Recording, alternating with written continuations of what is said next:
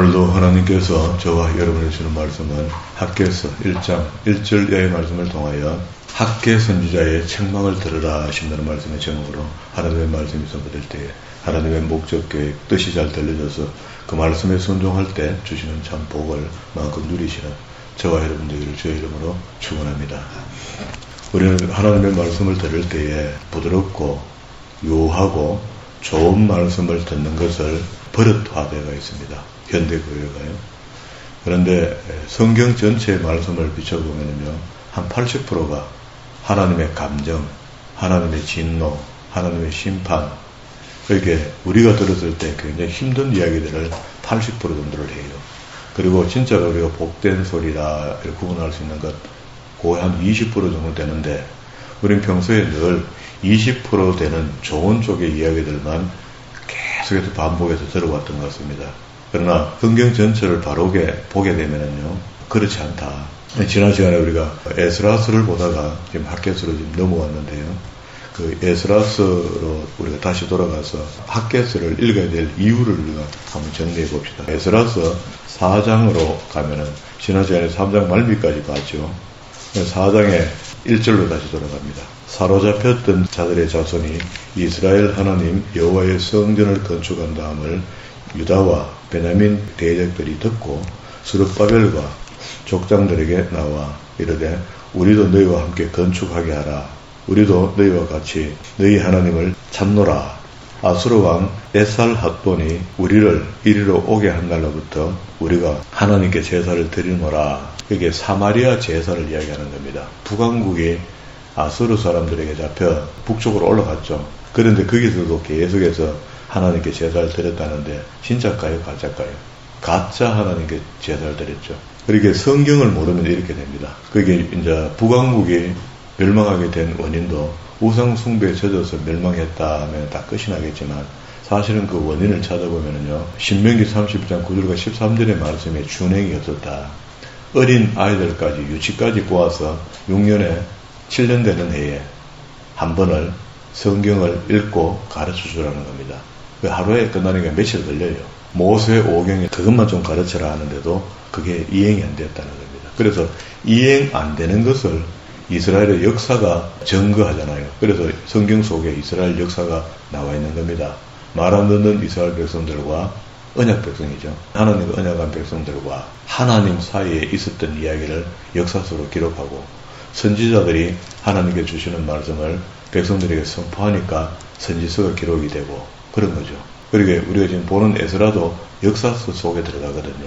3절에 스룹바벨과 예수아와 기타 이스라엘 족장들이 이르되 우리 하나님의 성전을 건축하는데 너희는 우리와 상관이 없다. 이럴 수밖에 없죠. 사마리아 사람들을, 남유다 사람들이 사람 취급을 안 합니다. 그리고 이 사람들 신앙 버릇이 그렇고요.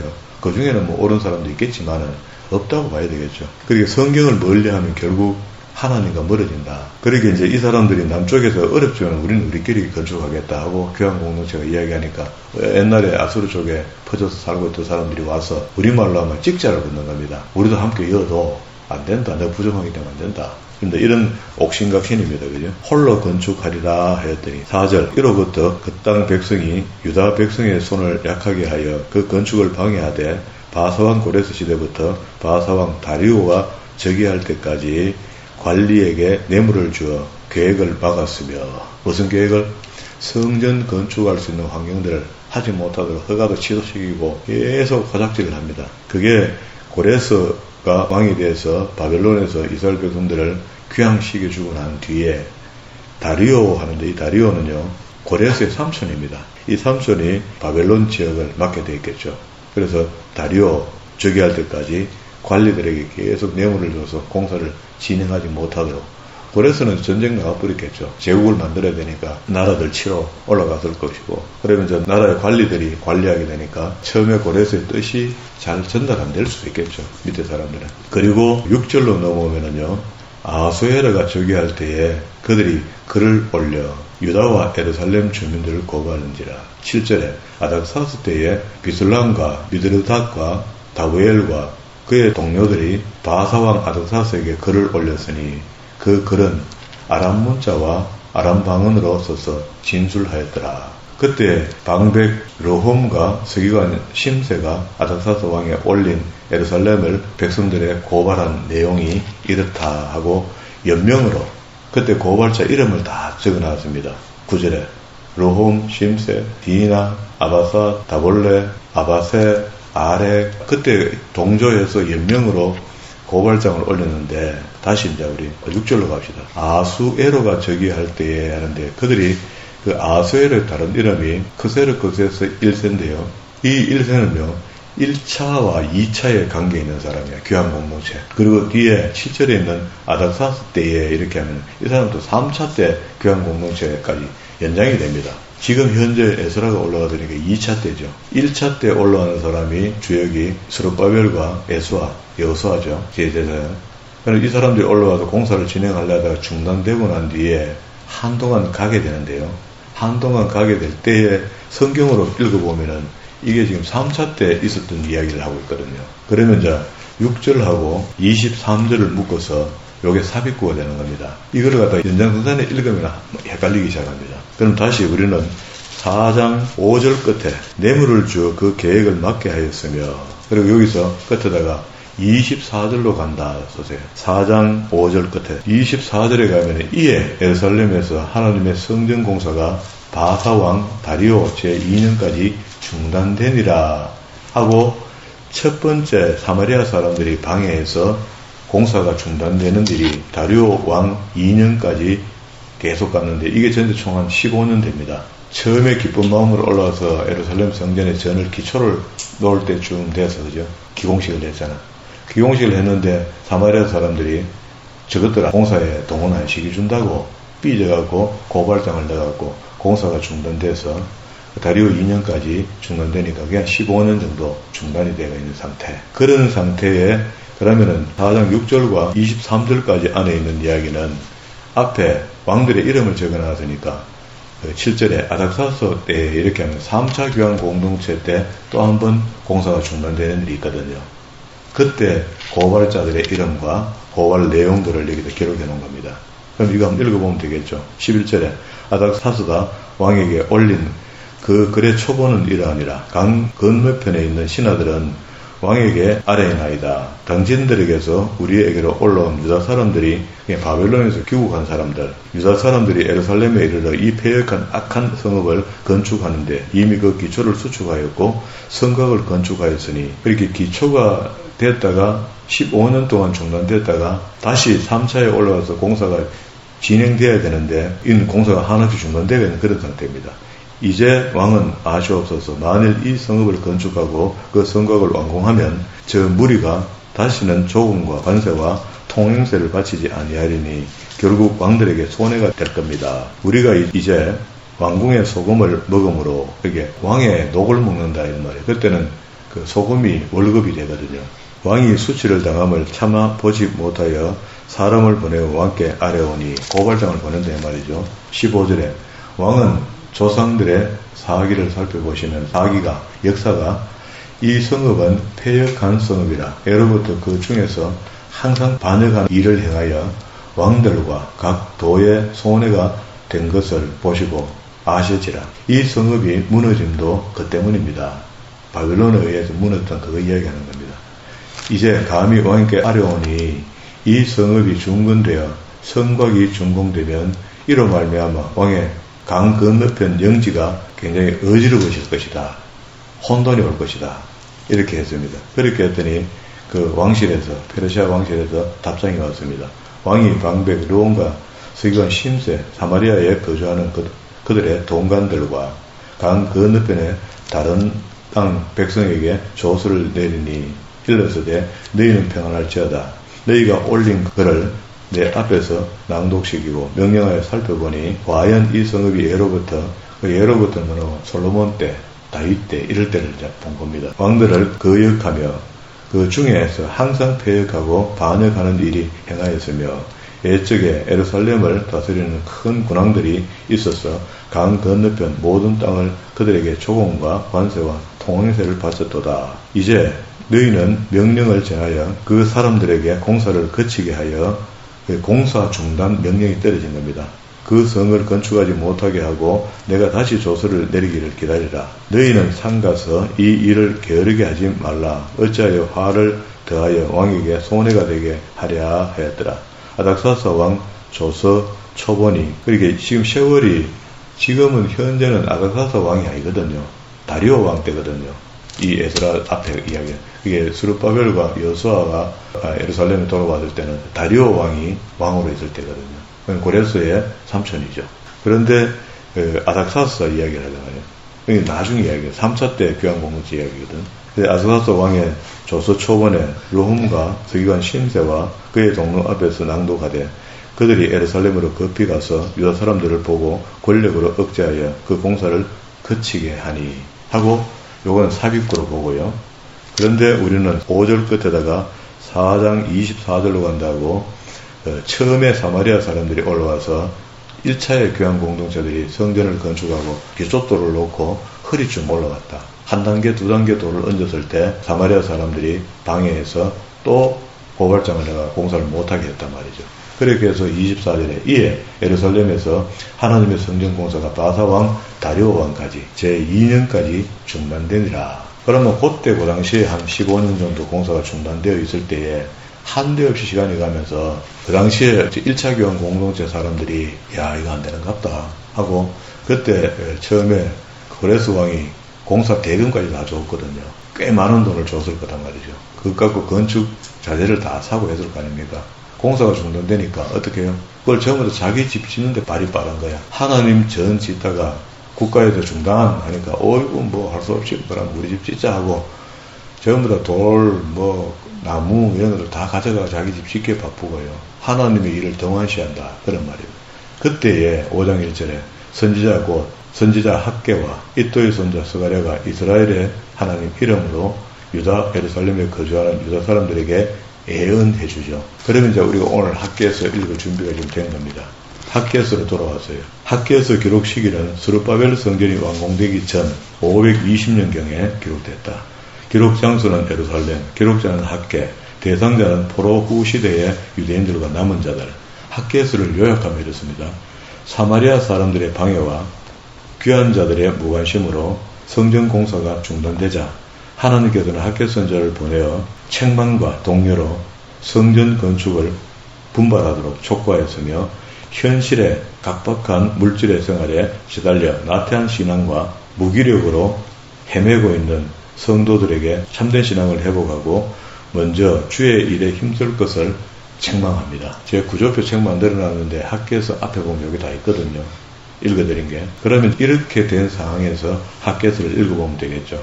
자, 1절 읽어봅니다. 다리오 왕 2년에 8째 해 곧 그달 초 1일에 여호와의 말씀이 선지자 학개로 말미암아 살드알의 아들 유다 총독 스룹바벨 남의 교황 공동체 총독이죠. 그리고 또 대제사장 여호수아 에스와에게 임하여 이르시되 2절 만군의 여호와 이같이 말하여 이르노라. 이 백성이 말하기를 여호와의 전을 건축할 시기가 이르지 아니하였다. 하나님의 전을 사람의 마음을 감동시켜서 지을 마음이 생겼다는 것 자체부터 이미 하나님께서 함께 하신 겁니다. 그런데 사람의 생각은 우리가 교회 짓다가 중단되면 뭐랄까 합니까? 하나님 때가 안 되는갑다 하고 내팽개치는 수가 있거든요. 그렇게 하면 세상 사람들이 교회 짓다가 중단된 걸 보고 얼마나 실망하겠습니까? 교회도 뭐 하나님 있다니 별 볼 일 없네. 하나님 모르는 사람들은 그렇게 생각할 거 아닙니까? 그래서 망대를 세울 때 전체 망대를 지을 때 돈이 얼마 드는가를 계획해서 예비 자금을 만들고 자금을 충분히 만들어서 망대를 짓는 게 맞습니다. 그런데 우리는 한때 우리 한국 교회의 부흥기에 이랬을 때 10의 1조만 들면 건축한다는 게 1억 짓는 집을 1,000만 들고 공사 시작하는 거예요. 그래서 하나님이 안 보내주시면 못 짓는 이런 상황이 되어버리는 겁니다. 성도들이 헌금 하나 못 짓잖아요. 요즘은 그런 게 좀 안 보이는데 대단했습니다. 군데군데 보면은 교회 짓다가 중단되어 있는 교회들이 있거든요. 3절입니다. 그게 학개 선지자가 이제 하나님께서 주시는 말씀을 하는 거죠. 여호와의 말씀이 선지자 학개에게 임하여 이르시되 4절 이 성전이 황폐하였거늘 너희가 이때에 편백한 집을 거주하는 것이 옳으냐? 너희 집만 짓고 거기 사는 게 잘 된 거냐? 그러므로 이제 만군의 여호와가 이같이 말하노라. 너희는 너희 행위를 살필지니라. 6절 너희가 많이 꿇었을지라도 첫 번째 그런 짓을 하게 되면은요, 이때는 국가적으로 하나님께서 간섭하실 텐데 지금은 개인적이잖아요. 그러면은 개인마다 자기 신앙의 값대로 무슨 대가가 나타날 건데, 우리가 만약에 지금 현재 교회를 짓는단 말이죠. 하나님의 사람들이 모여서 예배할 곳을 짓자 이렇게 해서 교회를 짓는단 말이죠. 짓는데 짓다가 중간돼야 되니까 에라 모르겠다고 건축 헌금할 돈으로 자기 집 짓고 막 이렇게 살아봐요. 그렇게 하면 안 된다고. 우리가 생각으로도 죄를 짓는다잖아요. 마음으로도 죄를 짓는다잖아요. 눈으로도 죄를 짓는다잖아요. 예수님께서 복음을 우리에게 가르쳐주실 때 여자를 보고 엄탐한 마음만 먹어도 가능한 것이다 라고 이야기해요. 어떤 길 가는 사람한테 골빈 사람이다 하고 욕 한마디 하면 어떤 살인한 사람이다. 영적으로 훨씬 실지보다도 더 크게 업그레이드시기 위해서 우리에게 복음으로 가르쳐줬거든요. 그래서 복음을 준수한다는 것은 육신으로 사는 사람들, 계명으로 사는 사람들보다 훨씬 더 율이 높습니다. 그렇게 그게 믿어져야지 그 사람이 옳은 신앙이 되는 거거든. 자, 그렇게 된다면 틀림없이 다시 구약의 계명과 규례와 율례하는 이 법으로 돌아가요. 그걸 배워서 현세의 복을 받고 영적인 복도 우리가 누리게 되는데, 영적으로는 다른 게 누릴 게 없는 게 하나님과 교제입니다. 교제. 바른 교제죠. 그렇게 바른 교제는 행실의 기준에서 나오는 거지, 엉뚱한 데서 하늘에서 붕 떴는 걸 잡아갖고 자기가 하나님과 교제하고 이렇게 못합니다. 너희가 많이 뿌렸을지라도 수확이 적으며 이런 현상이 벌어졌다는 겁니다. 두 번째, 먹을지라도 배부르지 못하며, 마실지라도 흡족하지 못하며, 입어도 따뜻하지 못하며. 이건 뭡니까? 버려가 먹었는데 배도 안 부르고, 버려가 옷 사입었는데 따뜻하도 안 하고. 세 번째, 일꾼의 삭스를 받아도 그것이 구멍 떨어진 전대 안에 넣는 것과 똑같이 된다. 다시 얘기하면 돈 열심히 버렸는데 돈이 없어. 이게 줄줄줄줄 새 나간단 말입니다. 근데 하나님이 돈을 주머니를 막아주면은요, 째매버려도 고입니다. 우리 덩신이에요, 덩신. 그렇게 어떨 때 하나님 앞에 무엇을 먼저 해야 될 것인가를 그거를 알아야 돼. 그게 비법 아닙니까?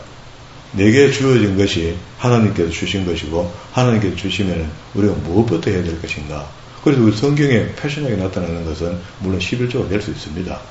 그런데 첫 열매입니다. 첫 열매. 농경시대의 이야기지만 첫 열매를 하나님께 드린다는 것은 굉장한 의미가 있습니다. 나는 내 삶에서 하나님을 최고로 여기고 산다 하는 고백이거든요. 그런 고백이 없으니까 이 모양이 됐다. 7절에 만군의 여호와가 말하더라. 너희는 자기의 행위를 살필지니라. 너희는 산에 올라가서 나무를 가져다가 성전을 건축하라. 학개 선자가 이 명령하면은 건축 안 하고 있던 1차 교환 공동체는 속이 뜨끔하겠죠. 젠장 또 우리 보고 간다 하고 또 쓸데없는 설교한다 하고 우리처럼 그렇게 하겠습니까? 그때는 좀 두려움이 아니겠습니까? 그리하면 내가 그것으로 말미암아 기뻐하고 또 영광을 얻으리라. 여호와가 말하였느니라. 너희가 많은 것을 바라서나 도리어 적었고 아무리 기도해도 안 되고 어떻게 해도 안 된다는 거예요. 왜? 처음이 삐뚤어져서 안 되는 겁니다. 우린 처음이 지금 뭐가 삐뚤어진 거 알고 있잖아요. 해야 될 일을 하지 않고 자기 일을 하니까 안 되더라 이 말입니다. 너희가 그것을 집으로 가져갔으나 내가 불어버린다니라. 실컷 못한 의견에 하나님이 안 고이게 하니까 고이 실시질 않는다. 불어버렸느니라. 나 만군의 여호가 말하노라. 이것이 무슨 까닭이냐? 내 집은 황폐하였으되 너희는, 내 집은 예루살렘 성전을 재건하다가 황폐해져 있는데 너희는 각기 자기 집을 짓기 위하여 빨랐다. 이거 지금 벌받을 만하죠. 그러므로 너희로 말미암아 하늘은 이슬을 거쳤고 사막의 이슬은요 담비와 똑같습니다. 만약에 사막에 이슬이 없으면은요 진짜 사막은 죽습니다. 그런데 사막 안에 들어가 보면은 안에 생명이 있죠. 꽃도 핍니다. 새벽에 폈다가 열매를 맺고 져요. 그렇게 이슬을 묻고 자라는 풀들이 있단 말이죠. 낮에는 다 말라가 비틀어져도 밤 사이에 꽃을 피우고 씨를 놓고 죽어본다고. 그러면 그 씨가 다시 이슬을 묻고 또 자라고 이렇게 한다고. 이슬이 거쳤고 땅은 산물을 거쳤으며 내가 이 땅과 산과 곡물과 새 포도주와 기름과 모든 소산과 사람과 가축과 손으로 수고하는 모든 일에 한재를 들겠다. 병이 들겠다. 그렇게 해도 안 되는 겁니다. 결실이 없어. 이렇게 했더니 백성들이 학개 선자의 말이 3절부터 11절까지 임하고 나니까 스알델의 아들 스룹바벨과 여호사닥의 아들 대제사장 여호수아와 남은 모든 백성들이 그들의 하나님 여호와의 목소리를 선지자 학개의 말을 들으니 이는 그들의 하나님 여호와께서 그를 보내셨습니다. 백성이 다 여호와를 경외하며 순간적으로 확 돌아오는 겁니다. 이게 진짜 맞는 말씀입니다. 하나님 말씀 맞다.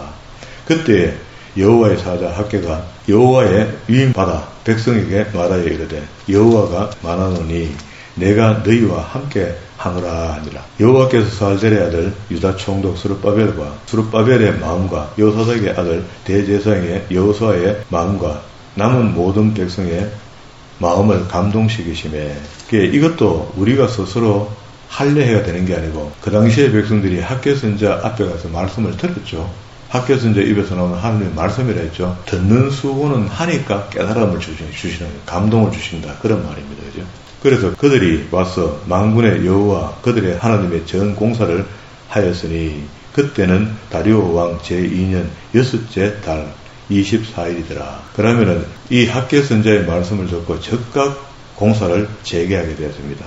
그럼 2장 1절에 7째 달 곧 그 달 21일에 여호와의 말씀이 선지자 학개에게 다시 또 임합니다. 두 번째 말씀입니다. 이거는 이제 격려하는 말씀이야. 성전을 재건한다 하니 너는 스알델의 아들 유다 총독 스룹바벨과 여호사닥의 아들 대제사장 여호수아와 남은 백성들에게 말하여 이르라.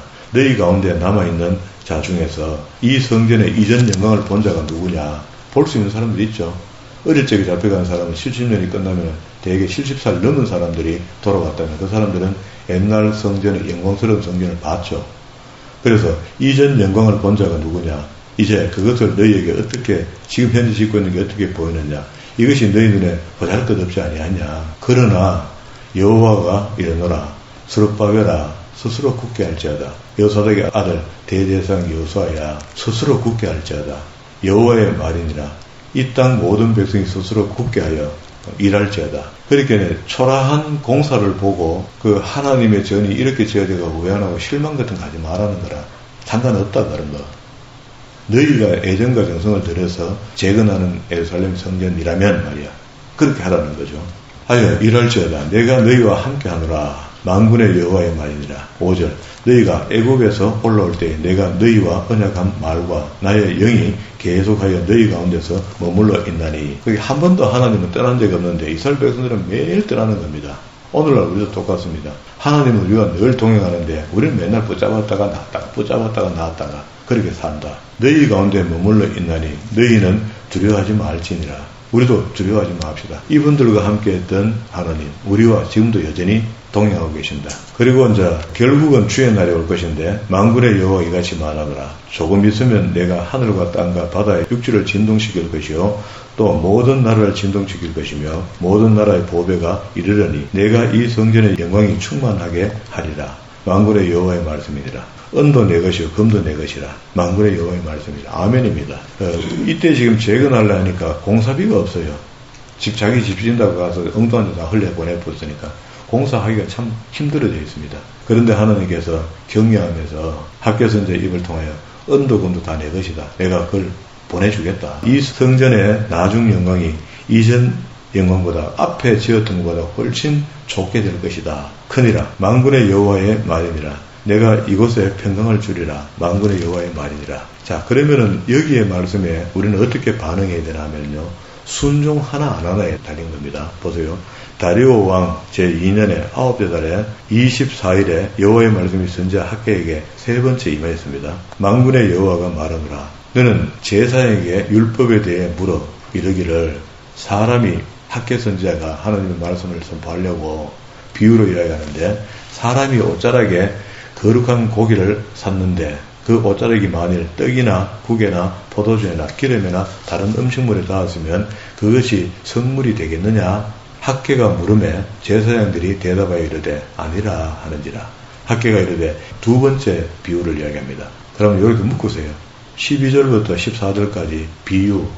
학개가 하나님의 말씀을 전하려고 미리 알아듣기 쉽도록 하려고 비유로 이야기해 주는 겁니다. 그것들 가운데 하나를 만지면 그것이 부정하겠느냐 하니 제사장들이 대답하여 이르되 부정한 거 맞습니다. 그래서 결론 14절 이에 학개가 대답하여 이르되 여호와의 말씀에 내 앞에서 이 백성이 그러하고 이 나라도 그러하다 말은 앞에 두 개 빛처럼 그렇단 말이야. 다 부정하단 말이야 지금. 그걸 비유로 지금 이야기해 주면서 하나님 말씀을 바르게 선포하니까 이 나라도 그러하다 하는 것도 부정하단 말이죠. 그들의 손에 모든 일도 그러하고 그들이 거기 드리는 것도 어떻게 해요? 부정하다는 거예요. 맞죠? 그래서 하나님과 관계 회복 속에는 화목제가 있습니다. 하나님과 나 사이에 있는 담, 그 신약으로 이야기하면 에베소서 그렇게 이야기해요. 하나님과 나 사이에 있는 담을 두고는 하나님과 교감이 없다는 겁니다. 그 담을 제해버린다. 그 담이 뭐냐? 우리는 죄다, 죄. 여기는 부정으로 이야기하잖아요. 15절에 이제 원하건대 너희는 오늘부터 이전 곧 여호와의 전에 돌 위에 놓이지 아니하던 때를 기억하라. 그때 20고로 곡식더미에 이른적 10고로밖에 없고 아무리 일을 해도 돈이 안 된다. 그런 말을 이렇게 표현하는 겁니다. 포도주 톱틀을 50고를 그다 집어넣어 짰는데 10밖에 안 나오고 더 나와야 되죠. 5개였으면 적어도 4개는 나와야 되죠. 죽정이 빼고 나면 20고로뿐이었느니라. 만군의 여호와가 말하노라. 내가 너희 손으로 지은 모든 일에 곡식을 마르게 하는 재앙과 깐풍기 재앙과 우박으로 쳤으나 너희가 내게로 돌아오지 아니했다. 그러면 하나님께서 돌아오라 하면서 그 표현은 그렇습니다. 원어가 슈브 이렇게 하거든요. 근데 예수님께서 그걸 표현하기를 어떻게 했냐면요. 암탉이 병아리들을 자기 품속에 모으려고 얼마나 이렇게 노력하는 그것을 비유를 한다고. 하나님이 그렇게 하셨는데 너희는 안 했다는 거예요. 그런데 문제는 백성들이 귀가 닫히면은요. 하나님의 음성이 안 듣기는 겁니다. 수많은 선지자들이 이렇다 너 잘못하고 있다 하나님 말씀이 이러던데 조금 있으면 치신다 한다 치든지 말든지 안 듣는 겁니다. 하나님의 말씀을 들을 수 있는 귀가 없으면 그 평생 예배에도 헛바입니다. 영이 죽은 사람이 어떻게 자기 영으로 육신을 살립니까? 자기 영이 마귀에게 잡혔는데 어떻게 육신이 바르게 살 수 있습니까? 없죠. 18절에 너희가 오늘 이 전을 기억하라. 9째 달 24일에 곧 여호와의 성전 지대를 샀던 날부터 기억하여 보아라. 곡식 종자가 아직 창고에 있느냐? 없단 말이죠. 반어법이니까. 포도주나 무화과나무나 석류나무 이거는 3대 식량이라 했죠. 유대인들의. 감람나무의 열매가 맺지 못하였느니라. 예상스럽지 않은 이런 일이 벌어지는데도 계속해서 나는 괜찮다는 거예요. 잘 믿고 있다는 겁니다. 잘 믿기는 뭘 잘 믿어? 실질적으로 우리가 하나님께서 주시는 은혜가 임한 사람들은 하나님께서 주시는 것을 족한 줄 알고 감사함으로 사는 사람이 가장 하나님 앞에 옳다 인정을 받는 사람 맞습니다. 그런데 뭘 좀 해보려고 좀 애쓰는 사람이 있죠. 하나님 이것도 주시고 저것도 주시고 하는 바램을 갖고 있는 사람이 있잖아요. 그렇다고 우리가 퍼내놓고 살자는 건 아닙니다. 그러니까 하나님의 은혜만 주시면 언제든지 주의 일을 감당하리다 하고 예비되고 준비된 사람들이 있거든요. 그런데 여기 이 당시의 사람들은 에이라 모르겠다 하고 우리 집이나 짓자 하고 마음대로 퍼져나간 겁니다. 그때 이제 학교에서 이제 입을 통해 하나님의 감정이 다 나오는 거죠. 그때 극하고 있을 때 잘 먹고 잘 사는 건 맞아? 그랬어? 그랬냐? 이렇게 묻는 겁니다. 그러나 오늘부터는 내가 너에게 복을 주리라. 현세의 복입니다. 뭐가 고쳐졌습니까? 학계 선지자의 동료를 책망을 은혜로 받아들이면서 그 말씀에 아멘 했더니 지금부터 내가 복을 주겠다는 거예요. 놀랍지 않습니까? 이게 현세의 복이야. 성경 구약에서 하는 이야기입니다. 신약에서 하는 우리에게도 여전히 우리 속 사람이 이것저것 생각해 봤을 때 하나님과 나와 관계가 무너진 관계가 있느냐. 에베소의 말씀처럼 하나님과 나 사이에 세워진 담이 있느냐. 이 담을 허물어 버린 겁니다. 그러면 하나님과 나 사이에 뭐가 됩니까? 화목 제물이 이루어졌다는 거예요. 그 우리 예수의 피가 2000년 전에 들어진 피가 유효하게 돼서 하나님 앞에 예수의 이름으로 나가면은 그런 담을 무너뜨릴 수 있는 힘이 된다. 그런 이야기죠. 그리고 20절에 그달 24일에 여호와의 말씀이 다시 학계에 임했는데 이제 5번째입니다. 임했는데 이제 마지막 메시아의 도래된 이야기를 해줍니다. 이런 성전이 건축되고 훗날에 너는 유다 총독 스룹바벨에게 말하여 이르라. 내가 하늘과 땅을 진동시키실 것이요 여러 왕국의 보좌를 엎으실 것이요 여러 나라의 세력을 멸할 것이요 그 병거들과 탄자들을 엎드리지리니 말과 그 탄자들이 각각 그의 동료의 칼에 엎드려지리라. 만군의 여호와가 말하노라. 살델의 아들 내 종 스룹바벨아 여호와가 말하노라. 그날에 내가 너를 세우고 너를 이게 인장 반지 있던 사람이 왕이잖아요. 그걸 이야기하는 겁니다. 인장으로 삼으리니 이는 내가 너를 택하였음이라 만군의 여호와의 말이니라 하시니라. 그러면서 보세요. 여러 왕국들의 보좌를 엎을 것이며 여러 나라의 세력을 멸하는 날이 주님 오시는 날이 된다. 그런 말입니다. 결국 끝에 가면 이렇게 된다는 거예요. 그러니까 이때 이야기는 학교 선지자 입에서 나왔지만 알 수 없는 이야기였고 우리는 이제 계시록을 읽어보니까 이제 마지막 날에 모든 나라를 다 엎으시는 그런 날이 온다. 미래 메시아가 결국은 오게 될 것이다 하는 이야기를 여기다 암시해 놓은 거예요. 그래서 우리는 계시록 읽어보니까 이제 알겠는 거예요. 그때 사람들은 이거 아무리 이야기해도 무슨 소리가 모릅니다. 성경이 구약의 비밀이 이렇게 이제 신약의 사람들에게 하나하나 열리게 돼 있고, 주님 오신 날이 피곤해지면 질수록 성경은 더 선명하게 정체를 드러낼 겁니다. 그래서 지금까지 하나도 간대 없는 말씀이라면 앞으로 우리가 깨달아지고 알게 될 말씀도 하나도 간대 없는 말씀 맞습니다. 그러니까 잘 모르더라도 성경을 믿고 성경대로 살아야 되겠다 하는 것, 이거 우리가 하다 보면 어느 날 또 성경이 열려서 보여질 때가 온다는 겁니다. 말세로 가면 갈수록 나 같은 부족한 종에게도 요한계시록을 20년 전에 한눈에 그게 보여지기 시작했어요. 그래서 그 책을 만드는 겁니다. 배우고 하다 보니까 알게 된 거죠. 그래서 그 책을 만드는 겁니다. 그게 우리가 하나님을 바로 안다는 것이 오늘 우리의 삶 속에서 복이 된다는 이야기입니다. 그게 하나님을 바로 안다고 해서 하나님 득되는 게 뭐 있습니까? 아무것도 없습니다. 그저 하나님은 우리를 사랑하사 복 주시기를 막 영원하시는 분이야. 어쨌든 간 어떤 핑계를 달아서라도 우리에게 복을 주고 싶은데 우리가 복받을 일을 전혀 안 하는 겁니다. 그 중에 최고 복받을 일이 하나님의 말씀을 피권히 하는 겁니다. 하나님의 말씀을 바로 알고 그러고 난 뒤에 우리 예수 믿고 구원 받았으니까 이제 말씀에 순종의 사람이 될래? 불순종하는 사람이 될래? 이 두 길을 가야 되는 거죠. 당연히 우리는 순종의 길을 가야 되겠죠. 그러려면은 하나님의 성령과 더불어 배우는 말씀들이 정말로 하나님의 주옥같은 말씀 맞다 하고 늘 고백하면서 말씀을 피권히 하고 왕같은 제사장이 되었으니까 말씀을 우리 가까이에 이미 한 손에 집을 쓰면 66권을 줬잖아요. 이걸 들고 무시로 읽으면서 하나님의 은혜를 구하는 겁니다. 그런 삶이 우리의 순종의 삶과 불순종의 삶을 가르거든요. 그 순종의 삶을 살아서 그 순종의 삶을 산다는 것은 행함 있는 믿음입니다. 이미 믿음이 내게 말씀에 대한 반응으로 행함이 내게서 나타난다는 거예요. 그 행함이 나타나서 구원받는다는 이야기가 아니고 구원받았으니까 그 믿음이 인정되어서 행함 있는 믿음인데 그 행함이 말씀에 준한 삶이다 라고 정리를 하면 되겠죠. 그런 사람이 이 땅에 하나님의 선전판으로 살아가는 겁니다. 뭐처럼 나를 보는 사람이 당신 믿는 하나님 나도 믿겠소 라는 한 명만, 한 영혼만 그렇게 나의 삶을 보고 믿어지게 된다면은 최고의 영광이다. 욕심내지 맙시다.